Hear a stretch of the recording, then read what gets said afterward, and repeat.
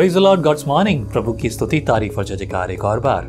7 अध्याय बहुत बड़ा है, 89 वर्ड्स हमने कल पढ़े, कल कंप्लीट किया है उसे, लेकिन आज हम 8वां अध्याय पढ़ेंगे। अब संभवतः देखिए, पुराने नियम की पुस्तक लोग अक्सर ये कहना, मेरे समय में मैं अभी कहता था इतिहास पढ़ के करना किसको यार, क्या करना है इतिहास पढ़ के। लेकिन एक समय आता है, तब भी मुझे यह एहसास था किसी दिन मैं ये इतिहास के लिए पछताऊंगा, और वाकई में मैं पछताया। मैं इस बात को एहसास करता हूँ कि इतिहास वाकई में सीख लेना जरूरी था, तब मैंने अपने समय में नहीं पढ़ा। आज किश्तों में सही सीख लीजिए, बहुत काम आएगा मेरे प्रियो। कभी कभी मन मार के सीख लीजिए, जब आप सीखेंगे तो बहुतायत से प्राप्त करेंगे, बहुतायत से। 8वें अध्याय को पढ़ेंगे आज हम। कुछ चीज़ें बोरिंग हो सकती हैं, लेकिन ये काम की है मेरे प्रियो। दीपकों का जलाना, दीपकों के बारे में, दीपक जो हैं उसके बारे में कई सारी बातें हैं, आगे ये बहुत मदद करेंगे आपकी। 8 अध्याय के पहले वचन से, फिर यहोवा ने मूसा से कहा, हारून को समझाकर यह कहे कि जब तू दीपकों को जलाए तब 7 दीपकों का प्रकाश दीवट के सामने हो।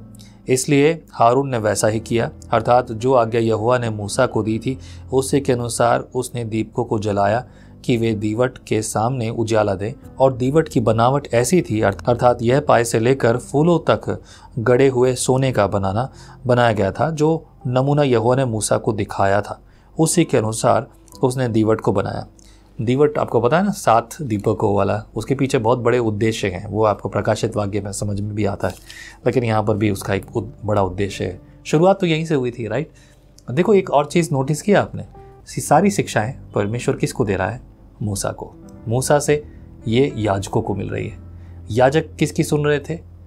परमेश्वर के बीच में एक व्यक्ति था जिससे परमेश्वर हमसे बात कर रहा है, जिसे भविष्यद्वक्ता कहा गया। तो मूसा was one of that prophet, है ना, वो भविष्यद्वक्ता था। और उससे भविष्यद्वक्ता क्या हो रहा है? वो असल में शिक्षा दे रहा है परमेश्वर से लेकर और याजकों को।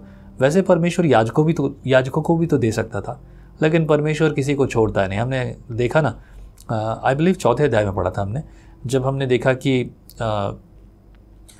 लेवियों के गोत्रों में से अलग अलग गोत्र थे, उन गोत्रों के अलग अलग काम थे, उनको अलग अलग जिम्मेदारी दी गई। परमेश्वर किसी को नहीं छोड़ रहा है, हर एक के लिए एक योजना बना के रखी है ना। यही बातें आपको तब समझ में आएंगी जब आप ये पढ़ रहे होंगे। हालांकि नए नियम में ये सब बातें मैं करता हूँ, बोलता हूँ, लेकिन लोगों को समझ में नहीं आता। लेकिन समझने के लिए पुराना इतिहास पढ़ना ज़रूरी है। खैर, 5 पद से है, लेवियों का शुद्धिकरण और अर्पण। फिर यहोवा ने मूसा से कहा, इजराइलियों के मध्य में से लेवियों को अलग लेकर शुद्ध कर। उन्हें शुद्ध करने के लिए तो तू ऐसा कर कि पावन करने वाला जल उन पर छिड़क दे, उनको शुद्ध करने के लिए। फिर वे स्वांग मुंडन कराएं और वस्त्र धोएं और वे अपने को शुद्ध करें। तब वे तेल से सने हुए मैदे के अन्न बलि समेत एक बछड़ा ले, और तू पाप बलि के लिए एक दूसरा बछड़ा लेना, और तू लेवियों को मिलाप वाले तंबू के सामने पहुंचाना और इजराइलियों की सारी मंडली इकट्ठा करना। तब तू लेवियों को यहोवा के आगे समीप ले आना, और इजराइली अपने अपने हाथ उन पर रखें। तब हारून लेवियों को यहोवा के सामने इजराइलियों की ओर से हिलाई हुई भेंट करके अर्पण करे कि वे यहोवा की सेवा करने वाले ठहरें। तब लेवी अपने अपने हाथ उन बछड़ों के सिरों पर रखें, और तू लेवियों के लिए प्रायश्चित करने का एक बछड़ा पाप बलि और दूसरा होम बलि करके यहोवा के लिए चढ़ाना। और लेवियों को हारून और उसके पुत्रों के सम्मुख खड़ा करना और उनको हिलाने की भेंट के लिए यहोवा को अर्पण करना।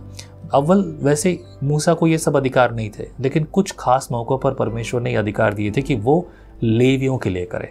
बाकी समय में मूसा को अधिकार नहीं था कि वो लेवियों की जगह लेकर दूसरों के लिए बलि चढ़ाए। वो अधिकार सिर्फ लेवियों के पास थे, यानी कि दूसरे शब्दों का पंडितों के पास थे। ये वो पंडित थे जिसे परमेश्वर ने निर्धारित किया था। कुछ लोगों के दिमाग इस पर खराब ना हो जाए। पंडित का अर्थ ये नहीं होता। पंडित शब्द का अर्थ क्या होता है? वे जो सिद्ध किए गए, जो निर्धारित किए गए, जो स्थापित किए गए, ये है पंडित का। जो ज्ञानवान है, जो बुद्धिमान है, जिन्हें ज्ञान दिया गया है, ये है पंडित शब्द का अर्थ। ये कोई जाति समाज ही नहीं है। ऑफ कोर्स अगर ऐसा कुछ है तो लेवी जो है वो पंडित ठहरे। उस पर कुछ लोगों को शायद अच्छा ना लगे, लेकिन असलियत तो यही है। सुपर स्पिरिचुअल बनने की कोशिश ना करें, बुद्धि और ज्ञान प्राप्त करें, जैसा वचन कहता है। 14 पद में लिखा है, इस प्रकार तू उन्हें इजराइलियों में से अलग करना और वे मेरे ही ठहरेंगे। परमेश्वर के। और जब तू लेवियों को शुद्ध करके हिलाई हुई भेंट के लिए अर्पण कर चुके, उसके बाद वे मिलाप वाले तंबू संबंधी सेवा टहल करने के लिए अंदर आया करें, क्योंकि वे इजरायलियों में से मुझे पूरी रीति से अर्पण किए हुए हैं। मैंने उसको सब इजरायलियों में से एक एक स्त्री के पहलौठों के बदले अपना कर लिया है। इजरायलियों की पहलौठे चाहे मनुष्यों के हों चाहे पशु के, सब मेरे हैं, क्योंकि मैंने उन्हें उस समय अपने लिए पवित्र ठहराया जब मैंने मिस्र देश के सब पहलौठों को मार डाला। और मैंने इजरायलियों के सब पहलौठों के बदले लेवियों को लिया। उन्हें लेकर मैंने हारून और उसके पुत्रों इजरायलियों को दान करके दे दिया कि वे मिलाप वाले तंबू में इजरायलियों की सेवा कार्य और प्रायश्चित किया करें। कहीं ऐसा ना हो कि वे इजरायली पवित्र स्थान के समीप आए, तब उन पर कोई महाविपत्ति आ पड़े। देखिए, ये जो परमेश्वर ने कहा, मैंने एक एक को अपना करके ले लिया, मैंने उनको चुन लिया, ये बात को समझने के लिए हमको इतिहास पढ़ना ज़रूरी है। मैंने हाल ही में सुना है कि यहूदी लोग आज के दिन तक प्रभु यीशु मसीह के मतलब अपने उद्धारकर्ता के आगमन की बाट चो रहे हैं। ये तो हम सब जानते हैं, लेकिन मैंने सुना ये इस कारण से कि उद्धारकर्ता एक कुंवारी से जन्मेगा, इसके लिए वो अपनी बेटियों में से किसी एक बेटी को जो है, खासतौर से बड़ी बेटी को जो है, वो अविवाहित रखते हैं, उसे पवित्र रखते हैं कि वो जो है शायद उसी कुंवारी से जो है हमारे मसीहा का आना हो। मुझे नहीं मालूम ये बात कितनी सच है या कितने हद तक ये है। बहरहाल अगर ये बात हुई तो कहीं तो कुछ घरों में तो ये ऐसा होगा ही, ज़्यादातर यही लोग करते होंगे। आज के समय में बहुत सारी चीज़ें देखी गई।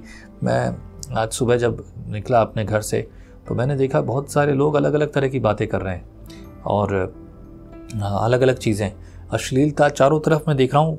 Everyone is talking about this. कैसे चलेगा ये? और मैं ये बात सोचकर आश्चर्यचकित हो गया कि प्रभु, ये चीज़ें बहुत ज़्यादा गंभीर नहीं हो गई है? हर जगह LGBTQI कम्युनिटी के बारे में बात हो रहा है, भाई इस तरीके से या वो तरीका। People are open now to talk about it.